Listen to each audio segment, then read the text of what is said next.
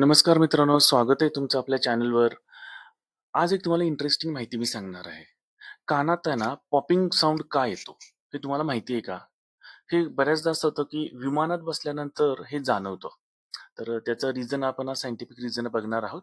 तत्पूर्वी तुम्हाला रिक्वेस्ट आहे, जर कुणी आज पहिल्यांदा आपल्या चॅनलला व्हिजिट केली असेल, तर प्लीज चॅनलला सबस्क्राईब करा आणि हा व्हिडिओ आवडला तर लाईक करा आणि मित्रांना शेअर करा.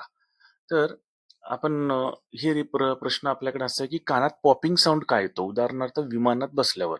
त्याचं रिझन आपण बघणार आहोत. ओके. काय होतं, की विमान उंचीवर जातं म्हणजे जमिनीजवळ असतं आणि तसं-तसं उंचीवर जायला सुरुवात होतं. त्यावेळी काय होतं, की जसजशी उंची वाढत जाते, बदलत जाते, त्याप्रमाणे हवेचा दाब पण बदलतो. तर पृथ्वीच्या जवळ हवेचा दाब वेगळा असतो आणि जसं वर जाऊ आपण, तशी हवा विरळ होत असते आणि त्यामुळे हवेचा दाब सुद्धा बदलत असतो. तर आपल्या कानात ना इस्टिकेन ट्यूब असते.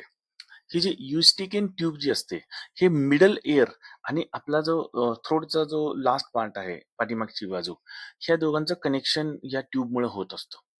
आणि एक पोकळी असते थोडक्यात. ट्यूब म्हणजे एक प्रकारची पोकळी असते. ओके. ते पॅसेज असतो म्हणू आपण त्याला. तर ही जी पोकळी असते ना, ही जी ट्यूब आहे, ही नळी आहे, ही एक बॅलन्स आहे ना संतुलित करत असते. एक प्रकारचा बॅलन्स आहे, बॅलन्स करत असते. संतुलित म्हणजे बॅलन्स जो दाब आहे, जो हवेचा दाब आहे तो एक बॅलन्स करत असते.